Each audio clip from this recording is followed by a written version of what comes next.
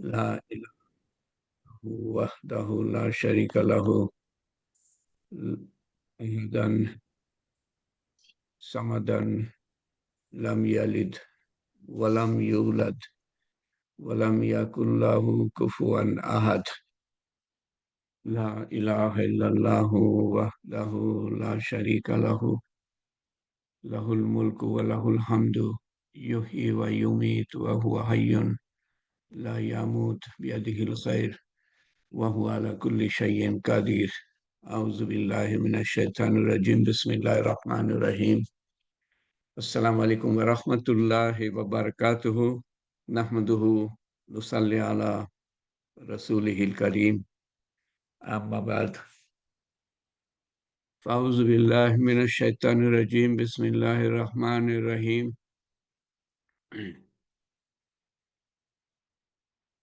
আসসালামু আলাইকুম ওয়া রাহমাতুল্লাহি ওয়া বারাকাতুহু। বিসমিল্লাহির রহমানির রহিম। আলম তারা কাইফা ফাআলা রাব্বুকা বিআসহাবিল ফিল।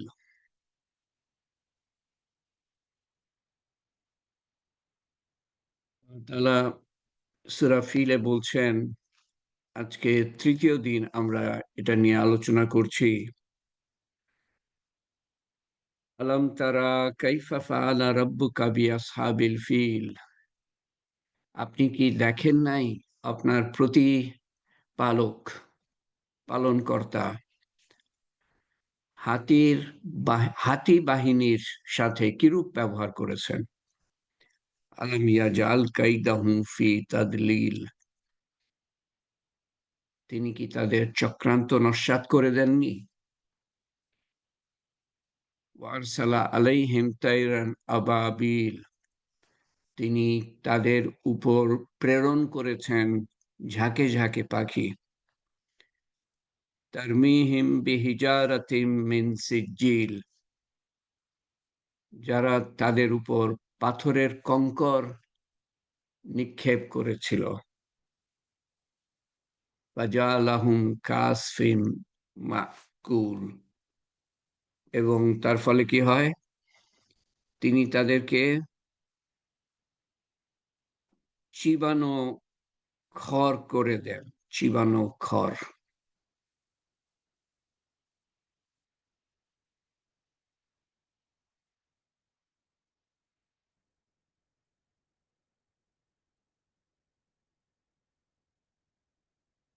সহিহ বুখারী ও সহিহ মুসলিমের একটা রেওয়ায়াত, হাদিস।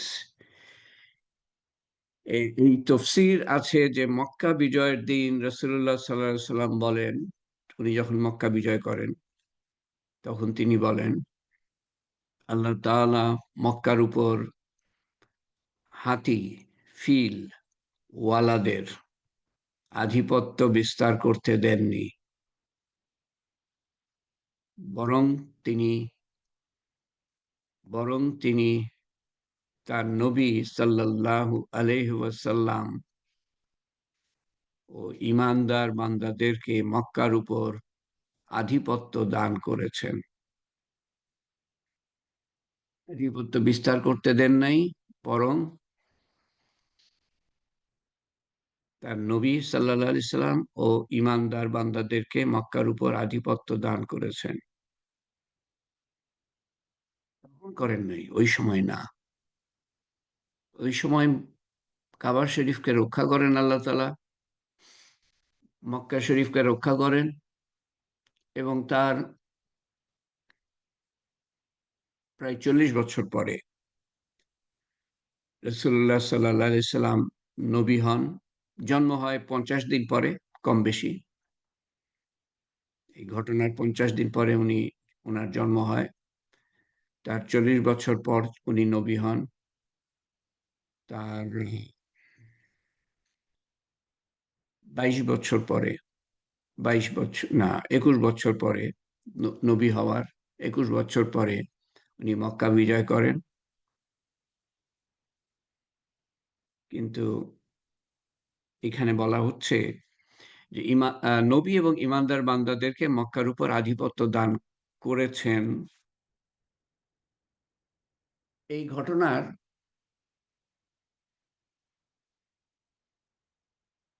ঘটনার 61 বছর পরে।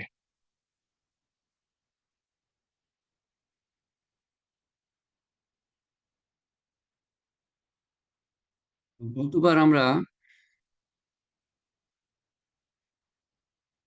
এবং এই বিজয়, মানে মক্কা বিজয়ের পরে উনি বলেন যে জেনে রেখো যে মক্কার মর্যাদা আজ, মক্কা বিজয়ের পর ওই অবস্থাতেই ফিরে এসেছে যে অবস্থায় গতকাল ছিল।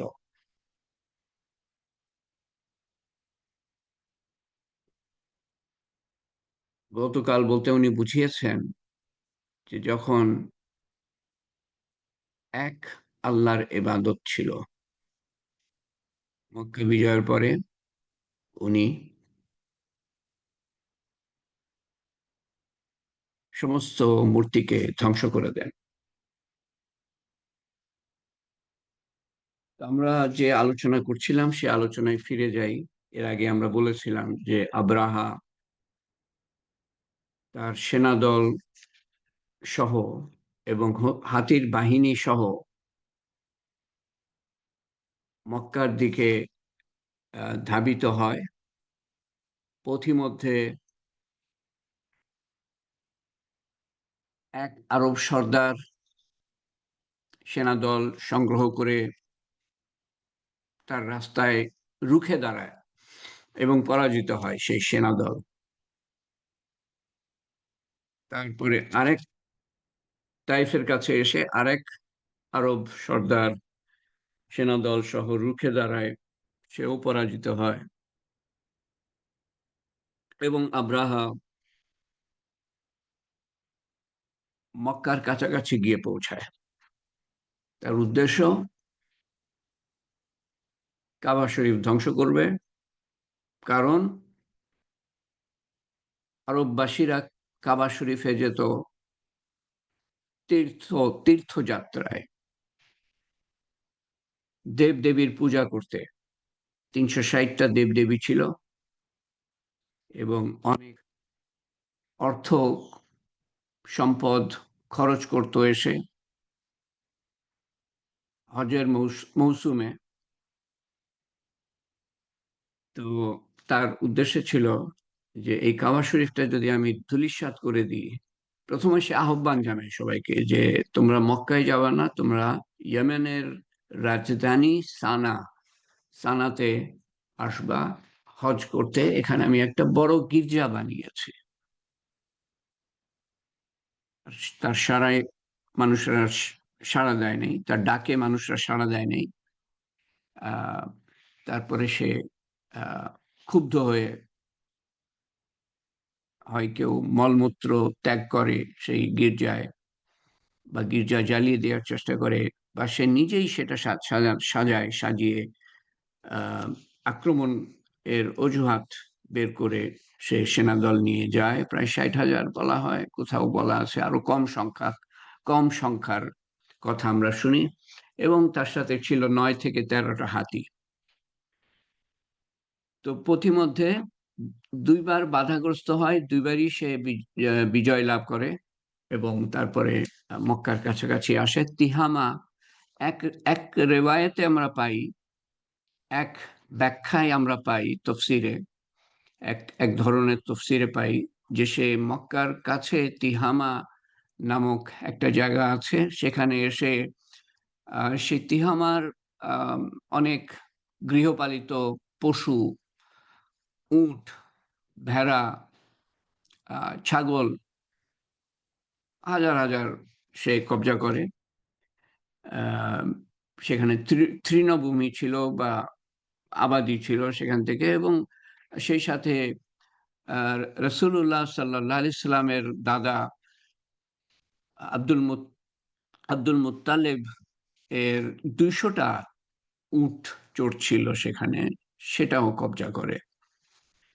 কব্জা করার পরে তার উদ্দেশ্য হলো তিহামা না, তার উদ্দেশ্য হলো মক্কা, কাছেই মক্কা। সে দূত পাঠালো, যে দূতরা গিয়ে বলল যে যে তোমাদের সাথে আমার যুদ্ধ না, তোমাদেরকে আমরা হত্যা করব না, ধ্বংস করব না, তোমাদের সম্পদও আমাদের লক্ষ্য না। আমরা শুধু এই কাবা ঘরকে ধূলিসাৎ করে মাটির সাথে মিশিয়ে দিয়ে আমরা চলে যাব। এবং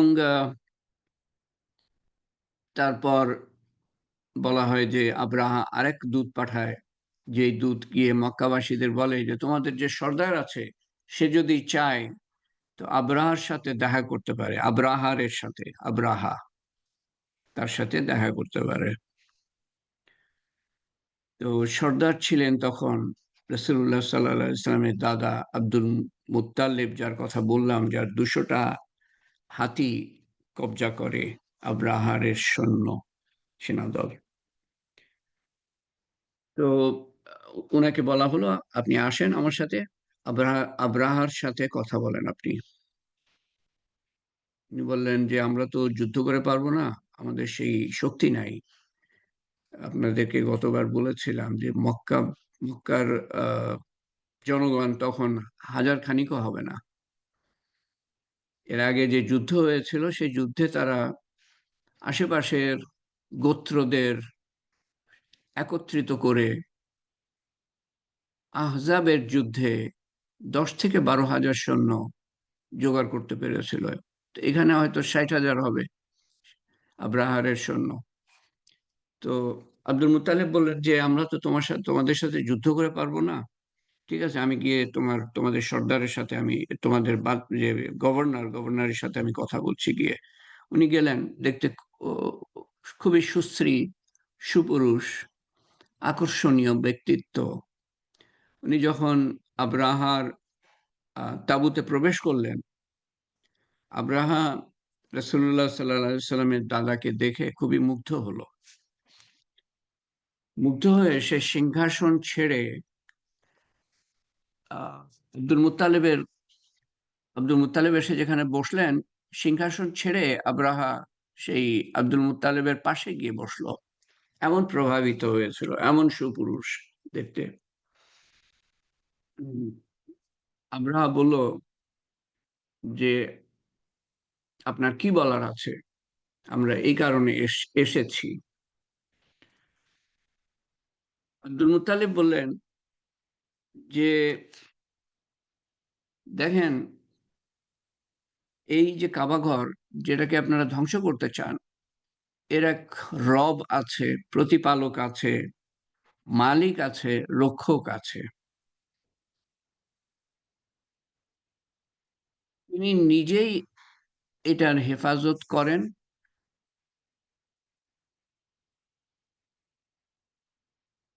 আহ, আমার মালিকত্ব হলো 200 হাতি, 200 উট।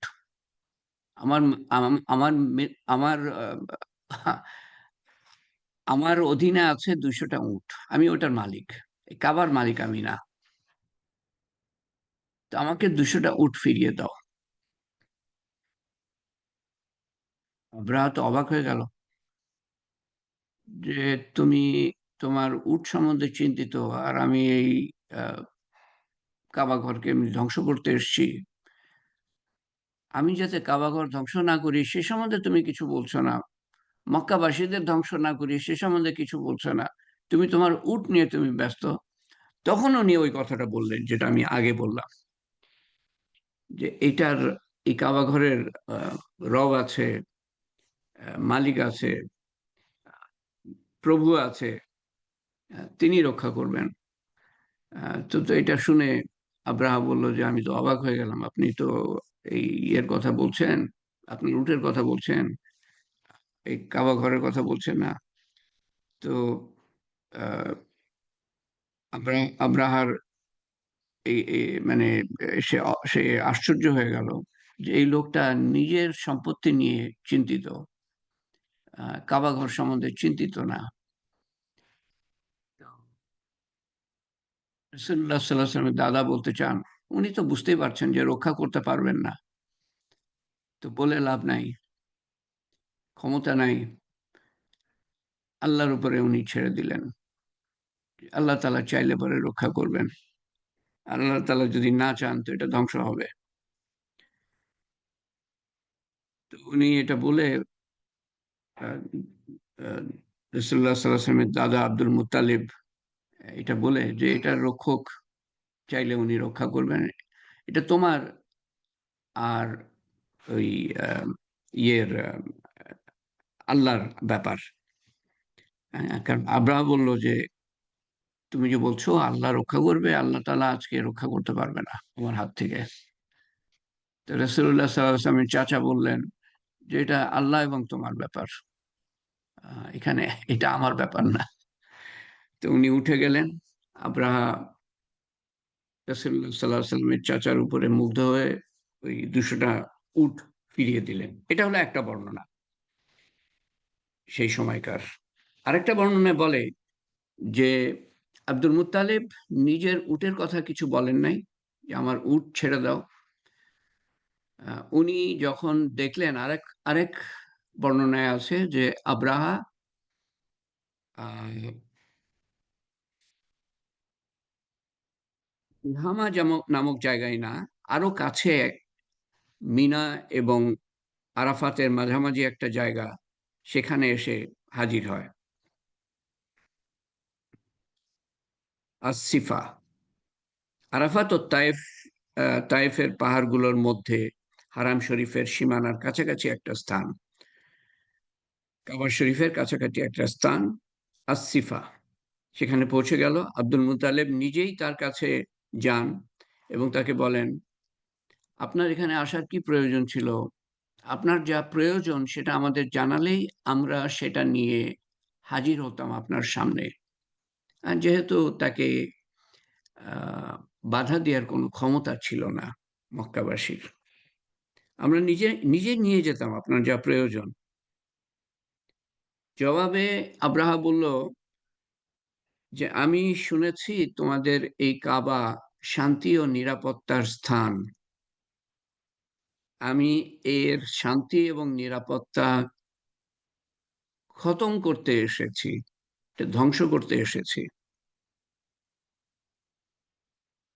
শুনে আব্দুল মুত্তালিব বলেন, এটা আল্লাহর ঘর, আজ পর্যন্ত তিনি কাউকে এর উপর আধিপত্য করতে দেননি।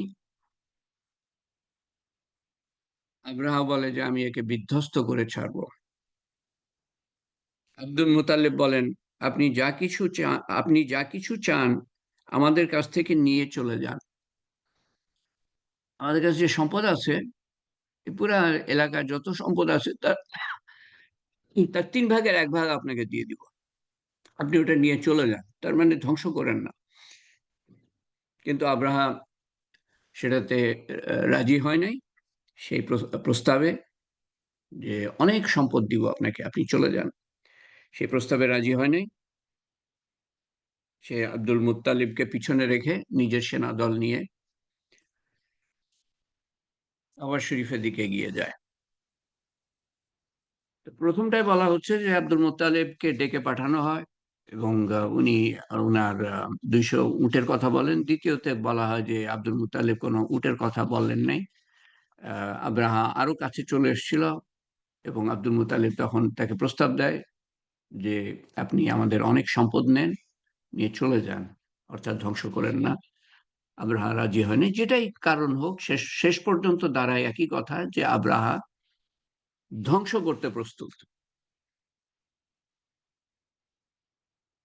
তো মক্কাবাসীরা, আশেপাশের গোত্ররা দেখলো যে এত বড় একটা সেনাদল রক্ষা মানে আহ, আহ, সেনাদলের মোকাবেলা মোকাবেলা করার মতো ক্ষমতা তাদের নাই।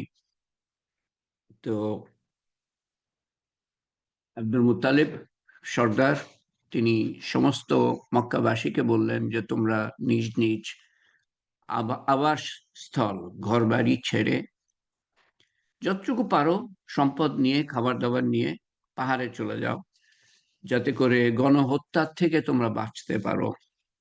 কারণ সে বলছে যে কাবা ঘর ধ্বংস করবে, মানুষ ধ্বংস করবে না। একজন আক্রমণকারী, একজন অন্যায়কারী, নির্যাতনকারী যে কোনো সময় গণহত্যায় লিপ্ত হতে পারে। তোমরা চলে যাও পাহাড়ে। তারপর তিনি তিনি আরো কয়েকজন সর্দারকে নিয়ে, যারা ছোট সর্দার ছিল, তাদেরকে নিয়ে কাবা ঘরে গেলেন। এবং কাবা ঘরের দরজার যে ইয়ে ছিল, আহ,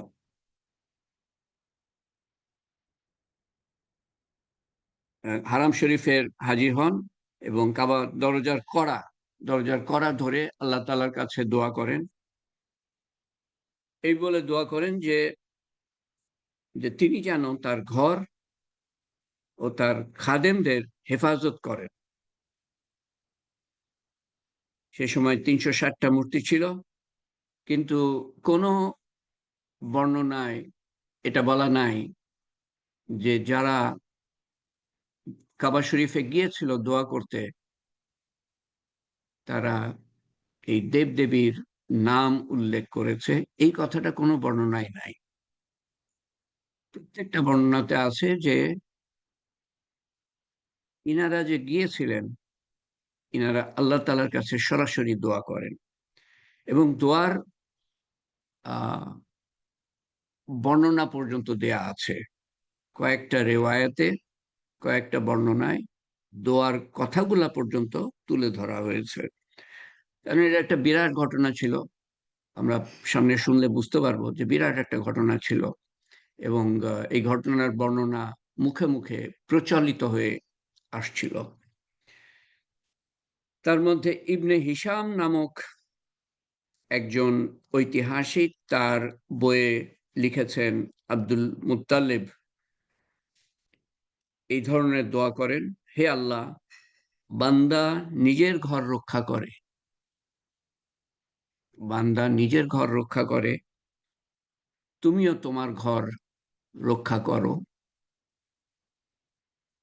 অর্থাৎ দেবদেবীর কথা উল্লেখ নাই।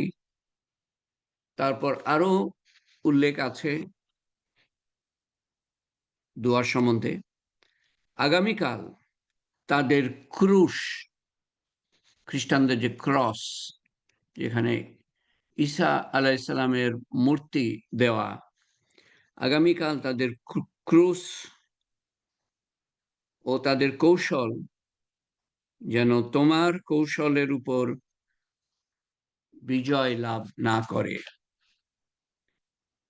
তাদের ক্রুশ ও কৌশল যেন তোমার কৌশলের কাছে বিজয় লাভ না করে। আরো বর্ণনা দেয়া আছে ওনার দোয়ার সম্বন্ধে: যদি তুমি ছেড়ে দিতে চাও তাদেরকে ও আমাদের কেবলাকে, যদি ছেড়ে দিতে চাও তাদেরকে, তার মানে কেবলাকে ছেড়ে দিতে চাও, তার মানে তারা কেবলাকে ধ্বংস করুক, এটা যদি তুমি চাও তাহলে তাই করো যা তুমি চাও।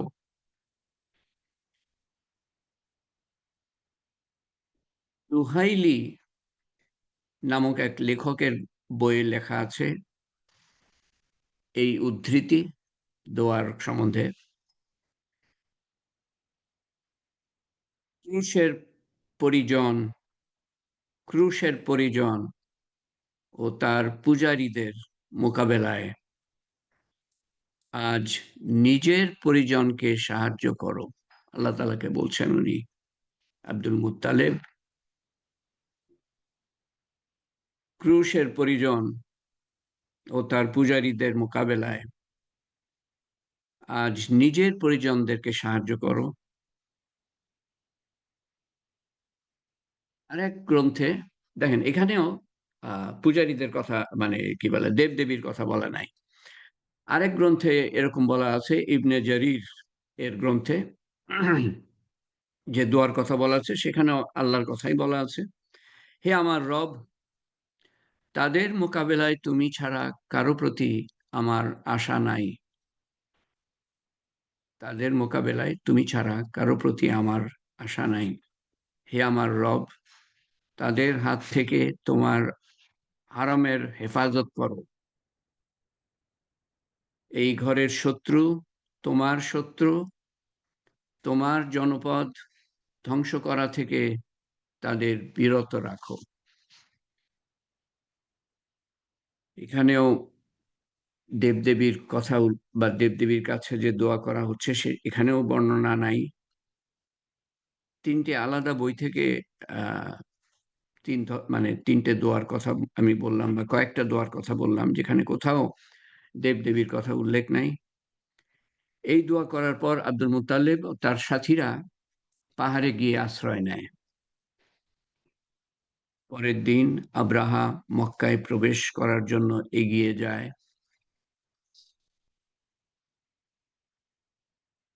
কিন্তু তার বিশেষ হাতি, সবচেয়ে বড় হাতি, 9 বা 13টা হাতি ছিল, তার মধ্যে সবচেয়ে বড় হাতি নাম মাহমুদ। এবং কোরআন শরীফে যে ফিল শব্দটা ব্যবহার করা হয়েছে সেটা বহু বছর না, যে হাতির দল সেইভাবে ব্যবহার করা হয়নি, একটা হাতির কথা আল্লাহ তাআলা বলছেন। এবং তফসিরকারী মুফাসসিররা বলেন যে এই মাহমুদের কথাই আল্লাহ তাআলা বলছেন। এই মাহমুদ ছিল সবচেয়ে বড়, তাকেই ব্যবহার করতে চেয়েছিল। বাকিরা তো ছিল, বাকি হাতিগুলো তো ছিল, তাকেই ব্যবহার করতে চেয়েছিল প্রথমে কাবা ঘর ধ্বংস করার জন্য। তো সেই মাহমুদ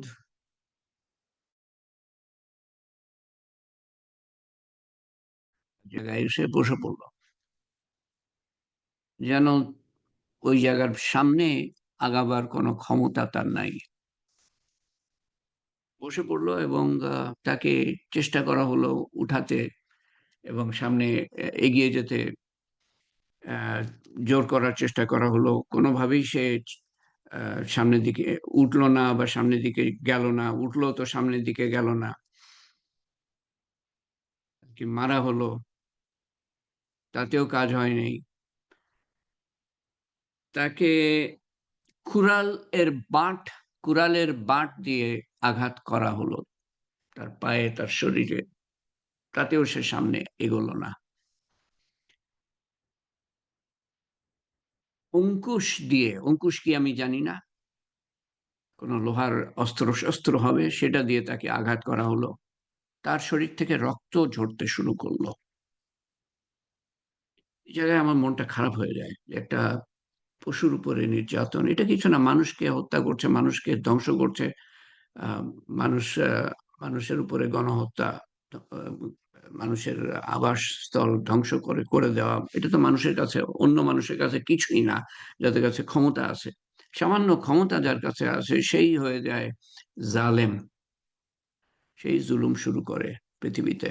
এটাই পৃথিবীর নিয়ম। তারপরেও এই হাতির যন্ত্রণার কথা এবং তার শরীরে ক্ষত বিক্ষত করে দেওয়ার কথা, আঘাত করার কথা, রক্তপাতের কথা পরে একটু খারাপ লাগারই কথা আমাদের। কিন্তু এত বেশি মারপিটের পরেও, জখমের পরেও, রক্তপাতের পরেও মাহমুদ সামনের দিকে আগায় না। কিছু যেন তাকে বাধা দিচ্ছে। তাকে মুখ বাম দিকে ঘুরিয়ে দেয়, তো বাম দিকে ছুটতে থাকে, কিন্তু যেতে হবে সামনে। মুখ যদি ডান দিকে ঘুরিয়ে দেওয়া হয় তো ডান দিকে ছুটতে থাকে, যেতে হবে সামনে। তাকে যদি মুখ পিছন দিকে ফিরিয়ে দেওয়া হয়, সে পিছন দিকে দৌড়ায়, কিন্তু যেতে হবে সামনে। সামনে এসে যায় না। সে যায় না তো অন্য হাতিগুলোও যায় না। তো দক্ষিণ পূর্ব কোনো দিকে যায় না, যেতে হবে পশ্চিমে।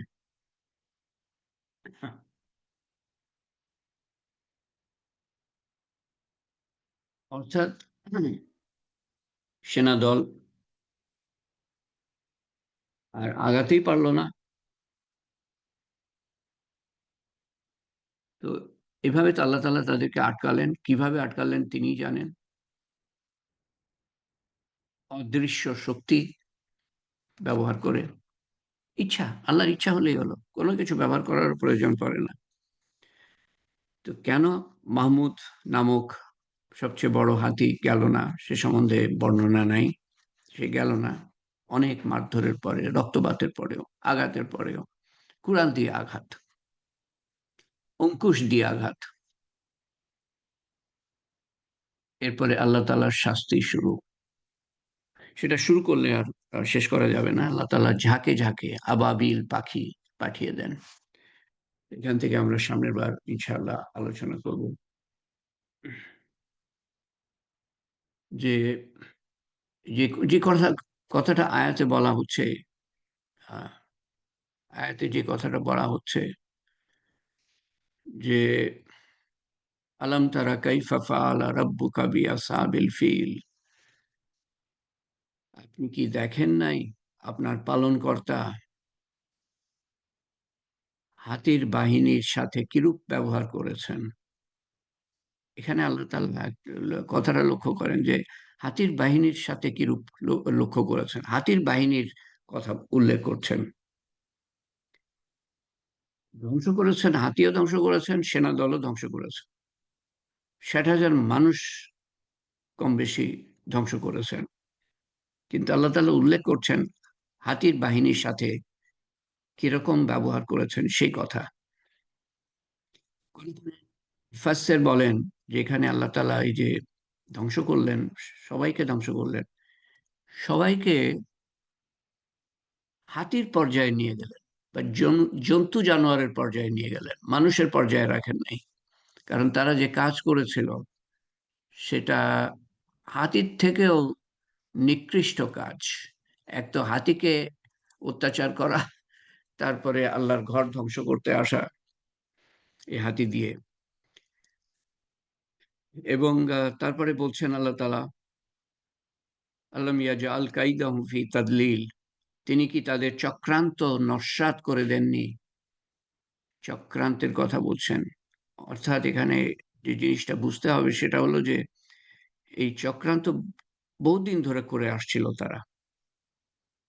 চক্রান্ত তো রাতারাতি হয় না, এত বড় একটা চক্রান্ত, তারপর সেনাদল তৈরি করা, ৬০,০০০ সেনাদল, হাতি জোগাড় করা, তারপরে কিভাবে কি করবে সেটা পরিকল্পনা করে সেই অনুপাতে বা সেইভাবে সেনাদল তৈরি করা, এটা সময় সাপেক্ষ ব্যাপার। তো সেই কথা আল্লাহ তাআলা উল্লেখ করছেন, তাদের চক্রান্ত যে তারা বহুদিন ধরে করে আসছিল সেটা নস্যাৎ করে দিয়েছেন। তিনি তাদের উপর প্রেরণ আলম তারা কাইফা ফাআলা রাব্বুকা বিআসহাবিল ফিল আলম ইয়াজআল কাইদাহুম ফি তাদলিল, তিনি তাদের চক্রান্ত নস্যাৎ করে দেননি। আহ, ওয়ারসালা আলাইহিম তাইরান আবাবিল, তিনি তাদের উপর প্রেরণ করেছেন ঝাঁকে ঝাঁকে পাখি, আবাবিল পাখি। তারমিহিম বিহিজারাতিম মিন সিজ্জিল, যারা তাদের উপর পাথরের কঙ্কর নিক্ষেপ করেছিল। ফাজআলাহুম কাসফিম মাকুল, মাকুল হলো চিবানো খড়। অতঃপর তিনি তাদেরকে চিবানো খড় করে দেন, ধ্বংস করে চিবানো খড় করে দেন। তো সামনের বার আমরা এই দিকটা সম্বন্ধে আলোকপাত করব যে আল্লাহ তাআলা কিভাবে এই হাতির দলকে ধ্বংস করেন এবং সেনাবাহিনীকে ধ্বংস করেন এবং চিবানো খড় বলতে আল্লাহ তাআলা কি বুঝিয়েছেন। ইনশাআল্লাহ আমরা সামনের বার আলোচনা করব। আমরা দোয়া করি, সবার জন্য দোয়া করি। আর আপনারা দোয়ার কথা উল্লেখ করে থাকেন আর না থাকেন, এখানে কেউ করেন নাই আজকে। তো তারপরেও আমরা জানি যে অসুস্থ আছেন, ক্যান্সার আক্রান্ত আছেন, অন্যান্য ব্যাধিতে আক্রান্ত আছেন, শারীরিকভাবে, মানসিকভাবে, আধ্যাত্মিকভাবে। আমরা সব ধরনের রোগ শোক সম্বন্ধে উল্লেখ করে দোয়া করব, বিপদ আপদ উল্লেখ করে দোয়া করব, আমাদের মনের আশা আকাঙ্ক্ষা উল্লেখ করে দোয়া করব। আল্লাহ তাআলা আমাদের কবুল করেন, আমাদের দোয়া কবুল করেন।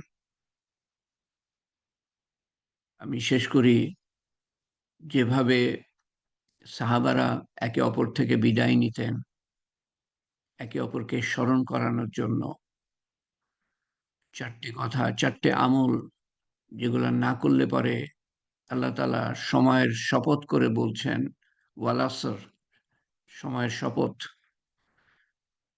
ইন্নাল ইনসানা লাফি খুসর, সমস্ত মানুষ ধ্বংসের মধ্যে, সমস্ত মানুষ ধ্বংসের মধ্যে। ক্ষতিগ্রস্ত। ইল্লাল্লাযীনা, তারা ছাড়া, আমানু, যারা ঈমান এনেছে, ওয়া আমিলুস সালিহাতি, যারা নেক আমল করেছে, ওয়া তাওয়াসাউ বিল হাক্কি, এবং উপদেশ দিয়েছে ভালোর দিকে ডাকার জন্য, খারাপ থেকে ফিরানোর জন্য, ওয়া তাওয়াসাউ বিস সাবর, এবং সবর অবলম্বন করার জন্য একে অপরকে উদ্বুদ্ধ করেছে।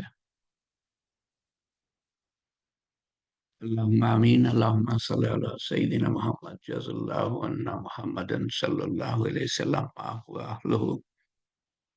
اللهم أنت ربي لا إله إلا أنت عليك توكلت وأنت رب العرش الكريم ما شاء الله كان وما لم يشاء لم يكن ولا حول ولا قوة إلا بالله العلي العظيم. أعلم أن الله على كل شيء قدير وأن الله قد أحاط بكل شيء علما. اللهم إنا نعوذ بك من شر النفس ومن شر كل دابة أنت آخذ بناصيتها إن ربي على صراط مستقيم. ربنا آتنا في الدنيا حسنة وفي الآخرة حسنة وقنا عذاب النار. ربنا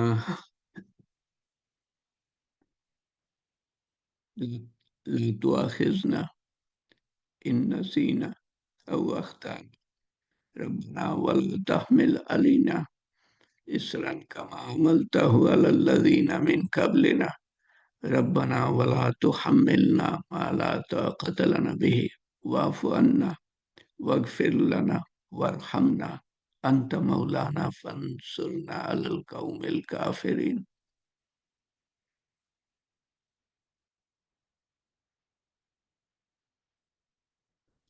إننا سمعنا مناديا ينادي للإيمان أن آمنوا بربكم فآمنا.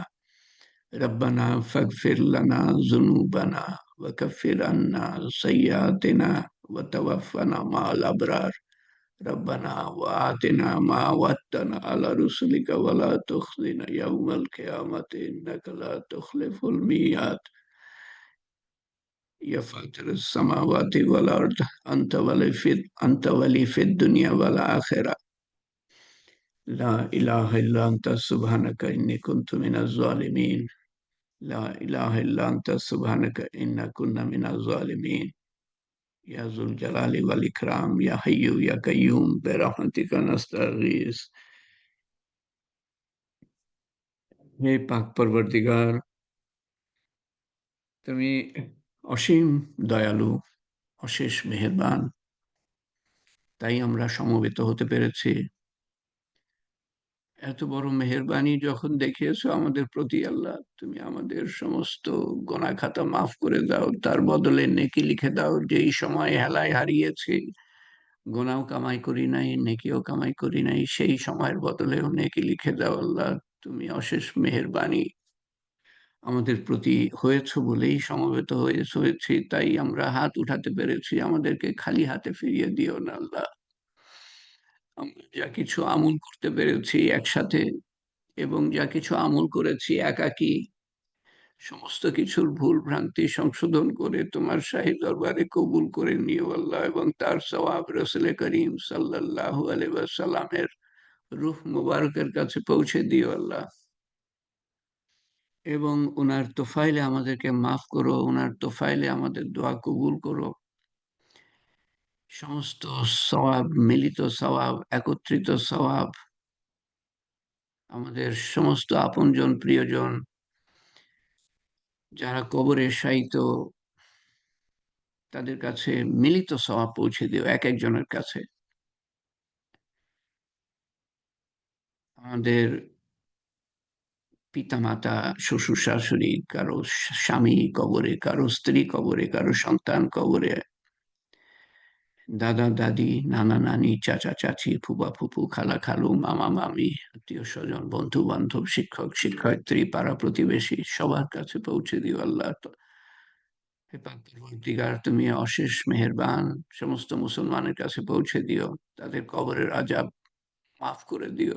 যদি আযাব এখনো দিয়ে থাকো, কবরকে প্রশস্ত করে দিও। যদি প্রশস্ত করে না থাকো, কবরকে নূর দিয়ে পরিপূর্ণ করে দিও। যদি নূর দিয়ে পরিপূর্ণ করে না থাকো, কবরকে জান্নাতুল ফেরদৌসের বাগান বানিয়ে দিও। যদি তা বানিয়ে না থাকো, এবং তাদের আখিরাতের প্রত্যেকটা ঘাঁটি সহজ ও সুন্দর করে দিও আল্লাহ। আমাদের, আমরা যারা পৃথিবীতে আছি এবং যারা ভবিষ্যতে আসবে, আমরা সবাই কবরবাসী।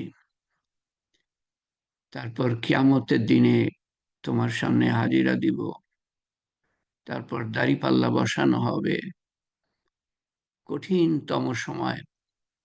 তারপর পুলসিরাত পাড়ি দিতে হবে, আরো কঠিনতম সময়। দুজকের উপর দিয়ে পাড়ি দিতে হবে আল্লাহ। প্রত্যেকটা ঘাটি আমাদের জন্য সহজ করে দিও, এবং আমাদের সেরকম জীবন যাপন করার তৌফিক দিও, যাতে প্রত্যেকটা ঘাটি আমাদের জন্য সহজ হয়। এরকম জীবন যাপন করার তৌফিক দিও, সিরাতুল মুস্তাকিমের চলার তৌফিক দিও, যে সিরাতুল মুস্তাকিম জান্নাতুল ফেরদৌসে গিয়ে ঠেকেছে। সেই পথে আমাদেরকে তোমার রহমত ও মাগফিরাত ও হেফাজত ও হেদায়েতের দ্বারা তার উপরে প্রতিষ্ঠিত থাকার তৌফিক দান করো। এক মুহূর্ত আমাদেরকে ছেড়ে দিও না নফসের তাড়নার কাছে, শয়তানের কুমন্ত্রণার কাছে, মানুষের ধোঁকার কাছে, দুনিয়ার মারাত্মক আকর্ষণের কাছে, যাতে করে আমরা সবাই হেদায়েত প্রাপ্ত হয়ে, ঈমান ও আমলের তৌফিক প্রাপ্ত হয়ে জান্নাতুল ফেরদৌসে দাখিল হতে পারি আল্লাহ। তোমার আতিথেয়তা চিরদিন গ্রহণ করতে পারি। তোমার হাবিব সাল্লাল্লাহু আলাইহি সাল্লামের সান্নিধ্য চিরকাল আমরা লাভ করতে পারি আল্লাহ। আমাদের একটা মাত্র জীবন যেন ধ্বংস হয়ে না যায় আল্লাহ। তোমার সন্তুষ্টি অর্জন করে পৃথিবী হতে যেতে পারি কলেমা সহ, এবং শয়তানের শেষ চেষ্টা ব্যর্থ করে দিয়ে। পরবর্তীকার, তুমি আমাদের এই জীবনটা ধ্বংস হতে দিও না আল্লাহ। আমাদেরকে বাঁচিয়ে নিও আল্লাহ। তোমার দ্বীনের উপরে চলার তৌফিক দান করো। তোমার কবুলিয়াত দান করো। পুরা দ্বীন জানার, তোমাকে জানার, পুরা দ্বীন জানার এবং মানার তৌফিক দান করো তোমার হাবিব সাল্লাল্লাহু আলাইহি সাল্লামের সুন্নত মতো আল্লাহ। হে পাক পরবর্তীগার, তুমি আমাদেরকে কবুল করে নিও, আমাদের দোয়া কবুল করে নিও, মনের আশা যা দুনিয়ার জন্য মঙ্গলজনক হবে, আর মঙ্গলজনক না হলে আখিরাতে দিও। আমাদেরকে সব ধরনের বিপদ দুনিয়া ও আখিরাতের দূর করে দিও আল্লাহ, এবং সব ধরনের অসুস্থতা, শারীরিক, মানসিক, রুহানি, তার থেকে দূরে রেখো আমাদেরকে, আমাদের সন্তান সন্ততিকে, আমাদের আপনজনদেরকে, আমাদের বন্ধু বান্ধবকে, আমাদের পাড়া প্রতিবেশীকে, দেশবাসীকে, আমাদের উম্মতকে রক্ষা করো, এবং আমাদের ও সমস্ত মানুষকে হেদায়েতের, মানুষের জন্য হেদায়েতের দরজা সমূহ খুলে দিও একের পর এক। ঈমান ও আমলের দরজা খুলে দিও আল্লাহ, যাতে করে আমরা সবাই কবর থেকে নিয়ে আখিরাতের প্রত্যেকটা ঘাঁটিতে, কঠিন থেকে কঠিনতম ঘাঁটির থেকে আমরা বেঁচে, ঘাঁটিতে আমরা বেঁচে যেতে পারি, সুন্দর সুন্দর সরল, সুন্দর উত্তম জীবন লাভ করতে পারি আল্লাহ, এবং অনন্ত আখিরাতে তোমার জান্নাতুল ফেরদৌসে প্রবেশ করতে পারি। আমাদেরকে কবুল করে নিও আল্লাহ। তোমার কবুলিয়ত পেলে সব কঠিন কাজ সহজ হয়ে যাবে।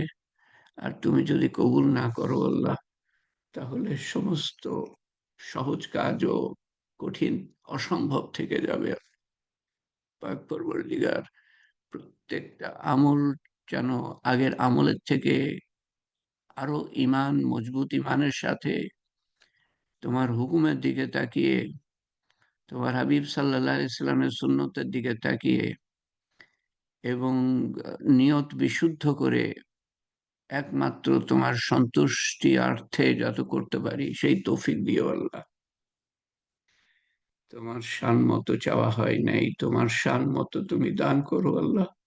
তোমার শান মতো হেফাজত চাওয়া হয় নাই, তোমার শান মতো হেফাজত করো আল্লাহ। তোমার রহমতের ছায়া তলে একটুখানি ঠাঁই দিও আল্লাহ, ঠাঁই দিও আল্লাহ।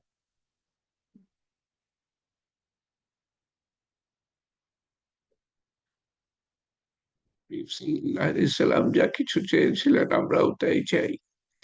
তিনি যা কিছু থেকে পানা চেয়েছিলেন আমরাও তার থেকে পানা চাই।